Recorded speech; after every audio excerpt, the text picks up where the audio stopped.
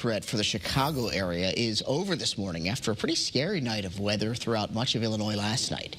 The storms produced torrential rain and strong winds, and according to the National Weather Service, 5 reported tornadoes touched down and caused some significant damage across the northeastern part of the state.